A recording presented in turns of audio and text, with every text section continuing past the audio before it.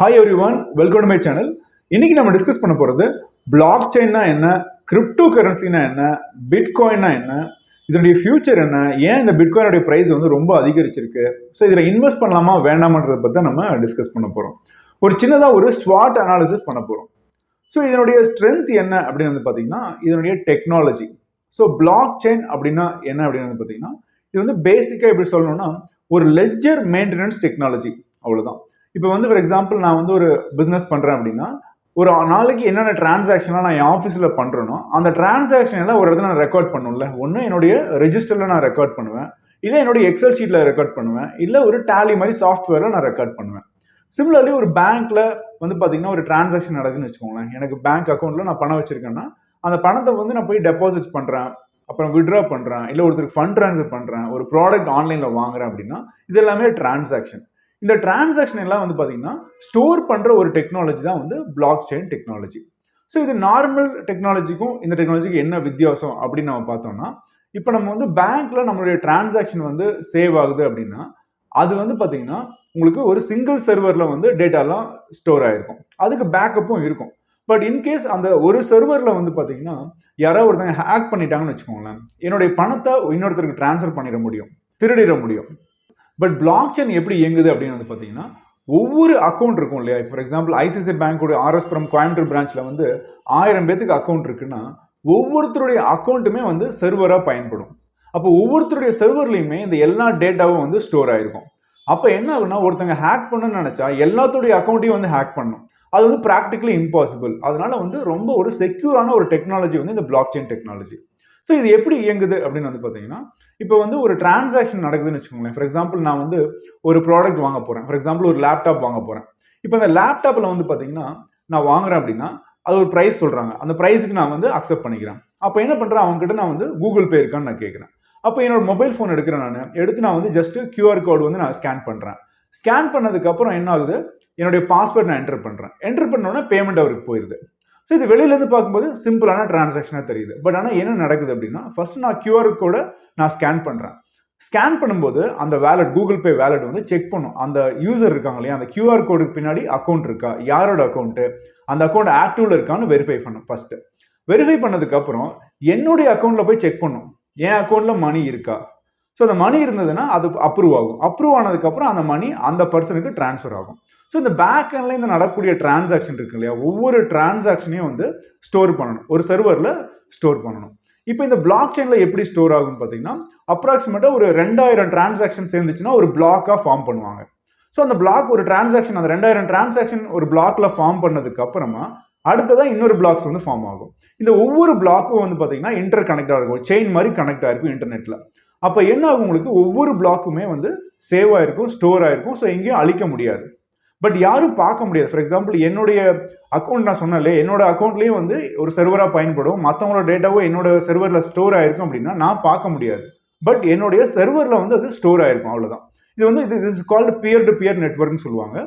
So first வந்து இந்த technology உருவாக காரணம் என்னன்னா யாரும் ஹேக் பண்ண முடியாத ஒரு டெக்னாலஜி அப்படின்றதுக்காக தான் இது உருவாக்கியிருக்காங்க. This is called peer to peer technology. Next விஷயம் என்ன பர்பஸ்க்காக இது உருவாக்கியிருக்காங்க அப்படின்னு வந்து பார்த்தீங்கன்னா this is a decentralised technology. சரிங்களா, ஒருத்தருடைய கண்ட்ரோல்லையும் இருக்காது. ஃபார் எக்ஸாம்பிள் இன்னைக்கு வந்து ஐசிஐசிஐ பேங்க் இருக்குன்னா ஐசிஐசிஐ பேங்க்ல என்னென்ன ரூல்ஸ் அண்ட் ரெகுலேஷன்ஸ் இருக்கோ அதுபடி தான் நான் டிரான்சாக்ட் பண்ண முடியும். ஐசிஐசிஐ பேங்க் யாருடைய ரெகுலேஷன்ஸ் ஃபாலோ பண்ணணும்னா கவர்மெண்டோட ரெகுலேஷன். கவர்மெண்ட்டுக்கு RBI இருக்காங்க. ஸோ RBI சொல்லக்கூடிய ரெகுலேஷன்ஸ் படி தான் பேங்க் இயங்க முடியும். பேங்க் சொல்ற ரெகுலேஷன் படி தான் நம்ம வந்து டிரான்சாக்ஷன்ஸ் எல்லாம் பண்ண முடியும். பட் இந்த டெக்னாலஜியில் வந்து பார்த்தீங்கன்னா உங்களுக்கு கவர்மெண்ட்ஸ் எல்லாம் வந்து பார்த்தீங்கன்னா சில மிஸ்டேக்ஸ் பண்ணுறாங்க அப்படின்னு சொல்கிறாங்க. அதை வந்து நம்ம சால்வ் பண்ணுறது தான் இந்த டெக்னாலஜி அப்படின்னு சொல்கிறாங்க. என்ன மிஸ்டேக்ஸ் பண்ணுறாங்க கவர்மெண்ட் அப்படின்னு பார்த்தீங்கன்னா என்ன சொல்றாங்க, இன்ஃப்ளேஷன் அதிகரிக்க வச்சிடறாங்க அப்படின்றாங்க. இன்ஃப்ளேஷனை எப்படி ஒரு கவர்மெண்ட் வந்து அதிகரிக்க முடியும்னு பார்த்தீங்கன்னா இப்போ வந்து ஒரு ரெசிஷன் பீரியட் வருதுன்னு வச்சுக்கோங்களேன். இப்போ நம்ம வந்து 2008 வந்து பார்த்தீங்கன்னா யூஎஸ்ல பெரிய ரெசிஷன் வந்தது, உங்களுக்கு ஹவுசிங் ரெசிஷன் வந்தது. உங்களுக்கு நிறைய பேங்க்ஸ் என்ன பண்ணிட்டாங்கன்னா லோன்ஸ் நிறைய கொடுத்துட்டாங்க. அதாவது நிறைய இன்எலிஜிபிள் கஸ்டமர்ஸுக்கு வந்து பார்த்தீங்கன்னா அதிகமாக லோன் கொடுத்துட்டாங்க. ஸோ அப்போ அதிகமாக லோன் கொடுத்ததுக்கு அப்புறமா ஹவுசிங் பூம் வந்ததுக்கு அப்புறம் உங்களுக்கு ரிசெஷன் வரும்போது என்னாச்சுன்னா யாரும் அந்த லோனை திருப்பி கட்ட முடியல, நிறைய ஜாப் லாஸ் இருந்தது. ஸோ அந்த மாதிரி பிரச்சனை வந்து நிறைய பேங்க்ஸே வந்து திவால் ஆயிடுச்சு. ஸோ இந்த மாதிரி பிரச்சனைகளை சமாளிக்கிறதுக்காக உங்களுக்கு கவர்மெண்ட் என்ன பண்ணுவாங்க அப்படின்னா அவங்க சென்ட்ரல் பேங்க்ஸ் மூலமா இப்போ இந்தியாவிலே வந்து பார்த்தீங்கன்னா இப்போ ரீசெண்டாக இப்போ கோவிட் வந்தது. ரிசர்வ் பேங்க் ஆஃப் இந்தியா என்ன பண்ணுவாங்க, மணி அதிகமாக பிரிண்ட் பண்ணி பேங்க்ஸுக்கு லென் பண்ணுவாங்க. அவங்க கஸ்டமர்ஸுக்கு இல்லை பிஸ்னஸ் பண்ணுறவங்களுக்கு லோன்ஸ் கொடுப்பாங்க. அப்போ இதனால என்ன நடக்கும் அப்படின்னு பார்த்தீங்கன்னா, அதிகமான மணி வந்து சர்க்குலேட் ஆகும். ஸோ அதிகமான மணி சர்க்குலேட் பண்ணும்போது என்ன ஆகும்னா, இன்ஃப்ளேஷன் வந்து அதிகரிக்கும். ஒரு எக்ஸாம்பிளுக்கு இப்போ வந்து நான் ஒரு ரெஃப்ரிஜரேட்டர் வாங்குறேன்னு வச்சுக்கோங்களேன். ரெஃப்ரிஜரேட்டர் நான் வாங்கணும் அப்படின்னா என்கிட்ட பணம் இருந்தால் நான் போய் வாங்க போகிறேன். யூஸ்வலாக பணம் இல்லைன்னா நான் போய் ரெஃப்ரிஜரேட்டர் வாங்க மாட்டோம்.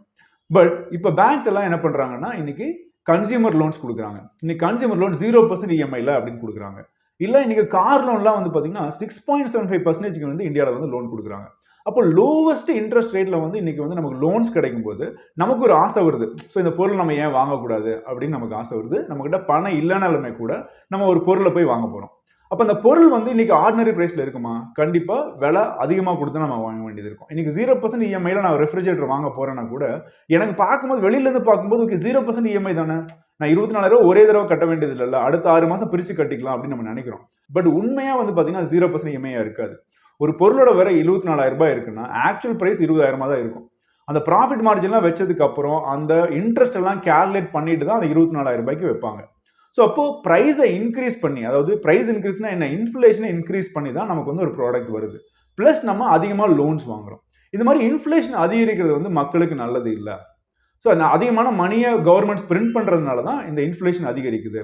ஸோ நாங்கள் என்ன பண்ண போகிறோம்னா, இந்த மாதிரி பிட்காயின்ஸ் நம்ம லான்ச் பண்ணும்போது, கிரிப்டோ கரன்சி வந்து நாங்கள் இந்த டெக்னாலஜியில் கொண்டு வரும் பொழுது இந்த சப்ளை வந்துட்டு பார்த்தீங்கன்னா நாங்கள் ஃபிக்ஸ் பண்ணிடுவோம். நாங்கள் தேவைப்படும் பொழுது மணியை அதிகமாக பிரிண்ட் பண்ண மாட்டோம், நிறைய மணியை ரிலீஸ் பண்ண மாட்டோம். ரூல்ஸ் அண்ட் ரெகுலேஷன்ஸ் படி நாங்கள் வந்து அல்கோரிதம் செட் பண்ணியிருக்கோம். அந்த அல்கோரிதம் மூலமாக எப்படின்னா, ஃபர்ஸ்ட் 4 இயர்ஸ்க்கு அப்ராக்சிமேட்டாக எவ்வளவு பிட்காயின்ஸ் வரும்னா, ஒரு பிளாக்குக்கு 50 பிட்காயின்ஸ் தான் நாங்கள் கொடுப்போம். அதுக்கு அடுத்த 4 இயர்ஸ்க்கு 25 பிட்காயின்ஸ் தான் ஒரு பிளாக்குக்கு கொடுப்போம் அப்படின்ற மாதிரி அல்காரிதம் செட் பண்ணியிருக்கோம். ஸோ இதனுடைய சப்ளை வந்து லிமிடெட். டோட்டலாக அடுத்த ஒரு 120 வருஷத்துக்கு வந்து பார்த்தீங்கன்னா டோட்டலாக 21 மில்லியன் பிட்காயின்ஸ் தான் நாங்கள் வந்து ரிலீஸ் பண்ணுவோம். So the supply is limited. But governments என்ன பண்ணுறாங்க, அவங்களுடைய பவர்ஸ் யூஸ் பண்ணி அன்லிமிட்டட்ல மணியை பிரிண்ட் பண்ணி அனுப்புகிறாங்க. இதனால இன்ஃப்ளேஷன் அதிகரிக்குதுன்னு சொல்கிறாங்க. இது வந்து ஒரு காரணம். இன்னொரு காரணம், இது உருவாக காரணம் என்னன்னு பார்த்தீங்கன்னா, இப்போ நம்ம வந்து ஒவ்வொரு கண்ட்ரிலையும் ஒவ்வொரு கரன்சி இருக்கு. இப்போ எனக்கு வந்து மணி என்னோட ஃப்ரெண்டுக்கு டிரான்ஸ்ஃபர் பண்ணணும் அப்படின்னா நான் வந்து என்ன பண்ணுவேன், ஒன்று ஃபிசிக்கலாக மணி நான் கொடுப்பேன், இல்லை பேங்க்ல ஃபண்ட் ட்ரான்ஸ்ஃபர் பண்ணுவேன், இல்லை எனக்கு ஒரு ப்ராடக்ட் நான் வாங்கணும்னா நான் இப்போ கூகுள் பே எல்லாம் யூஸ் பண்ணி நான் பே பண்ணிக்கிறேன். பட் இதே என்னுடைய ஃப்ரெண்டோ இல்லை நான் ஒரு ப்ராடக்ட் வாங்குறது அப்ராட்ல இருக்குன்னு வச்சுக்கோங்களேன், என் ஃப்ரெண்ட் யூஎஸ்ல இருக்காங்க, இல்லை யூகேல இருக்காங்க, இல்லை சிங்கப்பூர்ல இருக்காங்கன்னா நான் வந்து ஃபர்ஸ்ட் நான் என்னோட பேங்க்கை போய் நான் அப்ரோச் பண்ணணும். ஏன்னா மணி நான் ட்ரான்ஸ்ஃபர் பண்ணணும்னா பேங்க் அப்ரோச் பண்ணணும், இல்லை ஏதாவது கரன்சி எக்ஸ்சேஞ்ச் கிட்ட நான் போயிட்டு அவங்களுக்கு ஒரு ஃபீஸ் பே பண்ணணும், அப்புறம் அங்கேருந்து மணி ட்ரான்ஸ்ஃபர் பண்ணணும். இதில் வந்து ஒன்று எக்ஸ்ட்ரா ஃபீஸ் பே பண்ண வேண்டியது இருக்குது. நெக்ஸ்ட் வந்து பார்த்தீங்கன்னா லேட் ஆகும், டைம் டிலே இருக்குது. ஸோ இப்போ ஒரு நடுவில் ஒரு இன்டர்மீடியேட் இருக்காங்க. பட் இதுவே டிஜிட்டல் கரன்சியாக இருந்ததுன்னா ஒரு இன்டர்நெட் மாதிரி, இன்னைக்கு வந்து நம்ம கூகுளில் வந்து நம்ம ஜிமெயில் இருக்கு. ஸோ இன்னைக்கு நான் இப்போ ஜிமெயில் வந்து என் ஃப்ரெண்டுக்கு நான் அனுப்புறேன்னா இமீடியட்டாக எப்படி அவருக்கு போய் சேருதோ அதே மாதிரி இந்த பிட்காயின்றது ஒரு டிஜிட்டலாக ஒரு இன்டர்நெட் மாதிரி இயங்கக்கூடிய ஒரு டிஜிட்டல் கரன்சி. அப்போ எனக்கு வந்து பிட்காயின்ஸ் அக்கௌண்ட் இருக்கு, நான் பிட்காயின் வாங்கி வச்சிருக்கேன் அப்படின்னா என் ஃப்ரெண்ட் யூஎஸ்லயோ யூகேலயோ சிங்கப்பூர்ல இருக்காங்கன்னா ஃப்ராக்ஷன் ஆஃப் செகண்ட்ல நான் வந்து அந்த மணியை அவருக்கு டிரான்ஸ்ஃபர் பண்ணிட முடியும். ஒன்று மணிக்காக டிரான்ஸ்ஃபர் பண்ணுறேன், இல்லை ஒரு ப்ராடக்ட் வாங்குறதுக்காக நான் டிரான்ஸ்ஃபர் பண்ண முடியும். அப்படி டிரான்ஸ்ஃபர் பண்ணிட்டா என்ன ஆகும், டைமும் சேவ் ஆகும், இன்டர்மீடியட் யாரும் கிடையாது, அவருக்கு பிட்காயின் போய் சேர்ந்துருச்சு, அவர் வேணும்னா அந்த பிட்காயினை வச்சுக்கலாம், இல்லை அதை வந்து டாலராக கன்வெர்ட் பண்ணிக்கலாம். ஸோ இந்த பர்பஸுக்காக தான் வந்து இந்த கிரிப்டோ கரன்சி எல்லாம் உருவாச்சு. ஸோ இப்போ வந்து நம்ம இந்த டெக்னாலஜி ஏன் உருவாச்சு, என்ன பர்பஸ்க்காக உருவாச்சு நம்ம பார்த்தோம். ஸோ இப்போ வந்து இதனுடைய ப்ரைஸஸ் எப்படி வந்து கிரியேட் ஆச்சு அப்படின்னு பார்த்தீங்கன்னா, இனிஷியலாக இந்த கிரிப்டோ கரன்சிஸ் எல்லாம் வந்து கொடுக்கும் பொழுது, ஃபர்ஸ்ட் இந்த பிட்காயின் எல்லாம் வந்து கொடுக்கும் பொழுது யார் யாரெல்லாம் இதை பயன்படுத்துகிறாங்களோ அவங்க வந்து ஒரு ஃபீஸ் பே பண்ணணும். ஆனால் இதை வந்து மைனிங் ப்ராசஸ் இருக்குல்ல, இப்போ இந்த டிரான்சாக்ஷன்லாம் நம்ம பண்ணுறோம்ல, ஒரு டிரான்சாக்ஷன் பண்ணுறோம்னா அதை ஒருத்தங்க வெரிஃபை பண்ணணும், அதை வந்து ப்ராசஸ் பண்ணணும், இந்த பிளாக்காக வந்து சேர்த்தணும் அப்படின்னா அதை யாரெல்லாம் பண்ணுறாங்களோ அவங்களுக்கு பேர் மைனர்ஸ்னு பேர். அதாவது அந்த ப்ராசஸ்க்கு பேர் மைனிங் ப்ராசஸ், இந்த மைனிங் ப்ராசஸை பண்ணுறவங்களுக்கு பேர் மைனர்ஸ்னு பேர். ஸோ இப்போ இவங்க வந்து மைனர்ஸ்க்கு வந்து பார்த்தீங்கன்னா ஒரு ஃபீஸ் பே பண்ணணும் இல்லையா, ஸோ இவங்களுக்கு ஃபீஸாக பே பண்ணாமல் பிட்காயின்ஸாக கொடுக்குறாங்க.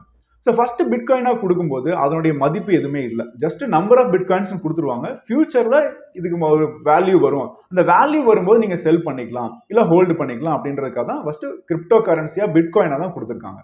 ஸோ முதல்ல வந்து பார்த்தீங்கன்னா இதை உருவாக்குனவர் பார்த்தீங்கன்னா சதோஷி நாக்கமோட்டோன்ற ஒரு நபர். அவர் ஒரு நபரா இல்லை ஒரு குரூப் ஆஃப் பீப்புளா இல்லை ஒரு ஃபேக் நேமான்னு யாருக்குமே தெரியாது. இது வந்து ஒரு ஓப்பன் சோர்ஸ் டெக்னாலஜியாக கிரியேட் பண்ணி விட்டுட்டாங்க. அதுக்கப்புறம் ஒரு ஸ்டேஜுக்கு அப்புறம் வந்து பார்த்தீங்கன்னா இன்னொரு பர்சன் டேக் ஓவர் பண்ணி அந்த கண்ட்ரோல்லாம் வச்சிருந்தாரு. அதுக்கப்புறம் அதை டீசென்ட்ரலைஸ் பண்ணிட்டாரு. ஸோ அதுக்கப்புறம் இன்னைக்கு யாரும் இதனுடைய ஓனர்ஸ் கிடையாது. ஸோ இப்போ இப்படி நம்பர் ஆஃப் பிட்காயின்ஸாக கொடுத்துட்டு இருக்கும்போது வேல்யூ எப்படி மாறுதுன்னா, ஸோ யார் யாரெல்லாம் இந்த மைனிங் ப்ராசஸை பண்ணுறாங்களோ அவங்களுக்கெல்லாம் பிட்காயின்ஸ் கொடுக்கப்படுது. ஸோ இப்போ பிட்காயின் என்கிட்ட இருக்குன்னு வச்சுக்கோங்களேன். நான் என்ன பண்ணலாம் அப்படின்னா, எனக்கு பண தேவை இருக்குன்னு வச்சுக்கோங்களேன். எனக்கு வந்து மணி நீடாக இருக்குது, எனக்கு வேற வழி எதுவும் இல்லை, இல்லை எனக்கு ஒரு எமர்ஜென்சி பணம் தேவைப்படுதுன்னா என் ஃப்ரெண்டுகிட்டயோ இல்லை தெரிஞ்சவங்க யார்கிட்டயோ இல்லை இந்த பிஸ்னஸ் பண்ணுறவங்க யார்கிட்டயோ இல்லை வேற யாரோ பிஸ்னஸ் பண்ணிருக்காங்கன்னா அவங்களுக்கு நான் என்ன பண்ணுவேன்னா, ஃபியூச்சரில் இதனுடைய மதிப்பு அதிகமாக இருக்க போகுது, அதனால இப்போ இந்த பிட்காயினை நீங்கள் இப்போ வாங்கிட்டீங்கன்னா உங்களுக்கு யூஸ்ஃபுல்லாக இருக்கும்னு சொல்லிட்டு எனக்கு தேவை இருந்ததுன்னா நான் அந்த காயின்ஸை சில காயின்ஸையோ இல்லை ஃபுல்லாக என்டையர் காயின்ஸையோ நான் சில பேருக்கு விற்றுருவேன். அப்படி விற்கும் பொழுது அன்னைக்கு என்ன விலைக்கு நான் விற்கிறனோ இல்லை யார் வாங்குறாரோ, இப்போ நான் வந்து $1 நான் விற்கிறேன்னு நினைக்கிறேன், அவர் சொல்றாரு எனக்கு $1 நான் கொடுக்க முடியாது, இது என்ன மதிப்புன்னே தெரியல, ஸோ வந்து நான் வந்து $0.5 தான் வாங்கிக்கிறேன் அப்படின்னா அந்த $0.5 இவர் வித்துற போறாரு. இதுவே நான் வந்து ஒரு ஹைப் கிரியேட் பண்றேன், இது வந்து ஃபியூச்சர்ல நிறைய வேல்யூ போக போகுது, அதனால நீங்க வந்து இப்போ வந்து இது $1 இப்போ மதிப்பா இருக்கு, $2 நீங்க வாங்கிக்கோங்க அப்படின்னு நான் சொல்றேன். ஆனா அவருக்கு பார்கெயின் பண்றாரு, இல்ல நான் வந்து $1.5 நான் கொடுக்குறேன்றாரு அப்படின்னா அப்ப அந்த $1.5 வந்து அதனுடைய பிரைஸா ஃபிக்ஸ் ஆகும். இந்த மாதிரி ஃபர்ஸ்ட் இனிஷியலா இந்த மாதிரி யாருக்கு நான் விற்கிறனோ, எனக்கு வந்து தேவை இமீடியட்டா இருந்ததுன்னா அன்னைக்கு என்ன மதிப்பு இருக்கோ அதை விட கம்மியான விலைக்கு நான் வித்துருவேன். இதே எனக்கு தேவையில்லை பட் என்னால் கன்வின்ஸ் பண்ண முடியும் சில பேரை அப்படின்னா நான் அதிகமான விலைக்கு நான் விற்க முடியும். இப்படிதான் இனிஷியலாக ப்ராசஸ் இருந்திருக்கு. ஸோ அதுக்கப்புறம் என்ன பண்ணியிருக்காங்கன்னா ஒரு எக்ஸ்சேஞ்ச் ஃபார்ம் பண்ணியிருக்காங்க. இன்னைக்கு ஸ்டாக் இருக்கு, இன்னைக்கு டாடா மோட்டர்ஸ்னு ஒரு ஸ்டாக் இருக்கு, ரிலையன்ஸ் இண்டஸ்ட்ரீஸ் ஸ்டாக் இருக்கு, ஆப்பிள்னு ஒரு ஸ்டாக் இருக்கு அப்படின்னா இன்னைக்கு இந்த கம்பெனிகள்லாம் வந்து அந்த ஷேர் பிரைஸை வந்து வாங்கணும் ஒருத்தவங்க விற்கணும் அப்படின்னா ஒரு எக்ஸ்சேஞ்ச் வேணும். அதே மாதிரி இந்த கிரிப்டோ கரன்சிக்கு எக்ஸ்சேஞ்ச் உருவாயிருக்கு. ஸோ ஒரு கிரிப்டோ கரன்சி எக்ஸ்சேஞ்ச் உருவானதுக்கு அப்புறம் தான் இந்த எக்ஸ்சேஞ்சோடைய பிரைசஸ், இந்த டிஜிட்டல் கரன்சியோடைய பிரைசஸ் வந்துட்டு யாரு வாங்குறாங்க யாரு விற்கிறாங்க அப்படின்றத ரெஜிஸ்டர் பண்றாங்க ஒவ்வொரு தடவையும். அந்த ரெஜிஸ்டர் பண்ணும்போது அதனுடைய விலைகள் வந்து அதிகரிக்கும், அதுக்கப்புறம் கம்மியாச்சுன்னா கம்மியாகும். ஸோ எப்படி இது டிசைட் ஆகிட்டு இருந்திருக்கு அப்படின்னு பார்த்தீங்கன்னா அப்போ வந்து நிறைய ஒரு எந்த டெக்னாலஜி நியூவாக வந்தாலும் அதில் ஏதாவது சின்ன சின்ன எரர்ஸ் இருக்கும். சில பேர் இந்த கிரிப்டோ கரன்சிஸ் நிறைய பேர் ஸ்டீல் பண்ணியிருக்காங்க, இல்லை ஹேக் பண்ணுறாங்க, இல்லை அதனுடைய அப்கிரேட் பண்ண வேண்டியது இருக்குது. ஃபர்ஸ்ட் வந்து 0.5 கிரேட் ஏதோ கொண்டு வந்திருக்காங்க, அப்புறம் 0.6 0.7 0.8 இது வந்து இந்த கிரிப்டோ கரன்சி இது பிட்காயினுடைய டெக்னாலஜி வந்து அப்கிரேட் பண்ணிட்டு தான் இருந்திருக்காங்க. எங்கெங்கெல்லாம் சின்ன சின்ன மிஸ்டேக்ஸ் இருக்கும் அந்த மிஸ்டேக்ஸ் இருக்கும்போது அதை அப்கிரேட் பண்ணிட்டே இருந்திருக்காங்க. அப்போ ஒரு சின்ன மிஸ்டேக்ஸ் வருது, பிரச்சனைகள் வருது, இது மேலே சில பேர் கேஸ் போடுறாங்க, அந்த மாதிரி பிரச்சனைகள்லாம் வரும்போது அதனுடைய ப்ரைஸ் வந்து கம்மியாகுது. பட் இதே இந்த டெக்னாலஜி சில பேர் பயன்படுத்துறாங்க அப்படின்னு நியூஸ் வரும்போது என்ன ஆகுது, இந்த பிட்காயினுடைய ப்ரைஸ் வந்து அதிகரிக்குது. இப்போ இந்த பிட்காயினுடைய ப்ரைஸ் வந்து எப்படி சடனாக இன்க்ரீஸ் ஆகுது அப்படின்னு வந்து பார்த்தீங்கன்னா, இப்போ நார்மலாக நீங்களோ நானோ வந்து ஒரு காமன் இன்வெஸ்டராக இருக்கணும்னு வச்சுக்கோங்களேன். இன்னைக்கு நம்ம வந்து ஒரு காயின் எக்ஸ்சேஞ்சில் போய் வாங்குறோம்னா நான் கிரிப்டோ கரன்சி வாங்குறேன், பிட்காயின் வாங்குறேன், இத்தேரியம் வாங்குறேன், இல்லை டாஜ் காயின் வாங்குறேன் அப்படின்னா இன்னைக்கு அதனுடைய மார்க்கெட் வேல்யூ என்ன, இந்த நிமிஷம் என்ன வேல்யூவோ அந்த நிமிஷத்துக்கு தான் நான் அந்த கிரிப்டோ கரன்சியை வாங்க முடியும். பட் எப்படி ப்ரைஸ் இன்க்ரீஸ் ஆகுது அப்படின்னு பார்த்தீங்கன்னா இதில் ட்ரேடிங் கான்செப்டை கொண்டு வந்துட்டாங்க. சரிங்களா? இப்போ வந்து இன்னைக்கு குளோபலாக வந்து பார்த்தீங்கன்னா ஸ்டாக் மார்க்கெட்ஸில் வந்து பார்த்தீங்கன்னா உங்களுக்கு எந்த பொருள் வேணாலும் நீங்கள் வந்து ட்ரேடிங் பண்ணலாம். நிறைய பொருள் இருக்குது. இப்போ வந்து ஸ்டாக்கை நம்ம ட்ரேட் பண்ணலாம், நீங்கள் வந்து கோல்டை ட்ரேட் பண்ணலாம், க்ரூட் ஆயில் ட்ரேட் பண்ணலாம், அலுமினியம் ட்ரேட் பண்ணலாம், காப்பர் ட்ரேட் பண்ணலாம், இந்த மாதிரி கமாடிட்டிஸை வந்து நம்ம ட்ரேட் பண்ணலாம். அந்த மாதிரி கிரிப்டோ எக்ஸ்சேஞ்சில் கிரிப்டோ கரன்சியும் ட்ரேடு பண்ணலான்னு ஒரு கான்செப்ட் வந்துருச்சு. ஸோ அது வந்ததுக்கு அப்புறம் தான் இதனுடைய ப்ரைஸஸ் அதிகரிக்க ஆரம்பிக்குது. எப்படி இது அதிகரிக்கும்னு பார்த்தீங்கன்னா ஒன்று இந்த கிரிப்டோ கரன்சியை யார் யூஸ் பண்ணுறாங்களோ அதை யூஸ் பண்ணும் பொழுது அதை பற்றி நியூஸஸ் வரும்போது அதனுடைய ப்ரைஸ் இன்க்ரீஸ் ஆகும். இல்லை இதில் பிரச்சனைகள் தான் இருக்குது, இந்த டெரரிசம்காக இந்த மணியெல்லாம் பயன்படுத்தப்படுது, இல்லை சில கண்ட்ரிஸ் அப்ரூவ் பண்ணலை அப்படிங்கும் பொழுது அதனுடைய ப்ரைஸஸ் வந்து இறங்கும். இதே சில கவர்மெண்ட் வந்து இந்த கரன்சி அக்செப்ட் பண்ணிட்டாங்கன்னு நியூஸ் வரும்போது உடனே ப்ரைஸஸ் இன்க்ரீஸ் ஆகும். பட் ஆனால் என்ன ஜென்ரலாக சொல்லுவாங்க, டிமாண்ட் அண்ட் சப்ளை அப்படின்ட்டுருவாங்க. பட் ஆக்சுவலாக இதில் நிறைய ஸ்பூஃபிங் நடந்திருக்கு. ஸ்பூஃபிங்னா என்ன அப்படின்னு பார்த்தீங்கன்னா